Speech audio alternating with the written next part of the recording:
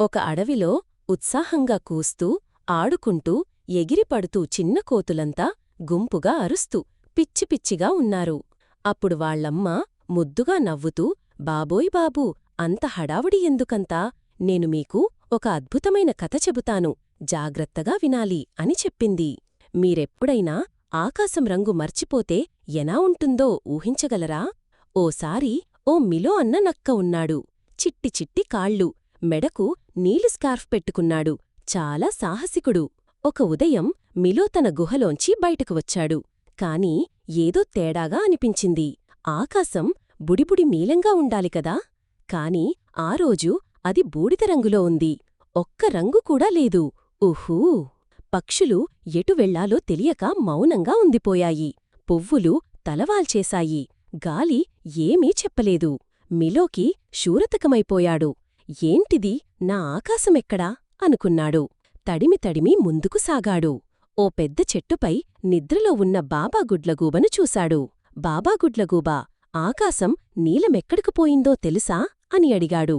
గుడ్లగూబ గబగబ మూతితీసి రెక్కతో దూరంగా చూపించింది. ఆ చెట్ల దాటి రంగుల పర్వతముంది. అక్కడ రంగుల రక్షకుడు ఉంటాడు. మిలో ఆనందంగా పరుగెత్తాడు. ఓ మాట్లాడే నది కనిపించింది. నది నవ్వింది. బుల్లిబుల్లి బుడిబుడి మాటలు మాట్లాడింది.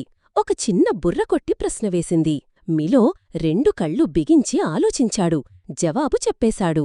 నది పులకరించి, సరే, నీకో మార్గం తెరిచా అని కొత్త దారి చూపించింది. ఆ దారి వెంట వెళుతూ ఓ మాయాజాల అడవిలోకి వెళ్లాడు. అక్కడ చెట్లు తలకిందులుగా ఉండేవి. తాబేళ్లు గాల్లో తేలుతూ తిరుగుతుండేవి. ఒక తాబేలు మష్రూం మీద నుండి జారిపడుతుంటే మిలో దాన్ని పట్టుకుని మెల్లగా నేలమీద దింపాడు. తాబేలు థాంక్యూ బాబూ అని చెప్పి దాని దారి వెళ్ళిపోయింది. ఇంకాస్త ముందుకు వెళ్ళి మిలో ఎట్టకేలకు రంగుల పర్వతం శిఖరానికి చేరాడు.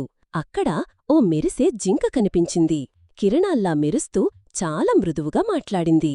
ఆకాశం నీలంగా లేదు ఎందుకంటే ప్రపంచం ఆశ్చర్యపడే గుణం మర్చిపోయింది. మిలో చెవులు ఎత్తి కళ్లల్లో ఆశ్చర్యంతో చూడటం మొదలుపెట్టాడు. జింక మెల్లగా అతని నీలి స్కార్ఫును తాకింది. ఒరే బాబోయ్! అప్పటికి రంగుల పటాకులా ఆకాశం నీలంగా మారిపోయింది. పక్షులు పాడాయి, పువ్వులు నవ్వాయి, గాలి తుఫానులా చెట్ల మధ్య పరుగులు పెట్టింది. మిలోకి ఆనందం వచ్చి నవ్వుకుంటూ తన గుహవైపు నడిచాడు. తలెత్తి చివరిసారి ఆ నీలి ఆకాశాన్ని చూశాడు. ఒక కన్ను కొట్టాడు. ఎందుకంటే ఒక్క ఆసక్తికరమైన హృదయం చాలు బాబూ, ఈ ప్రపంచానికి మళ్ళీ రంగులు తీసుకొచ్చేందుకు.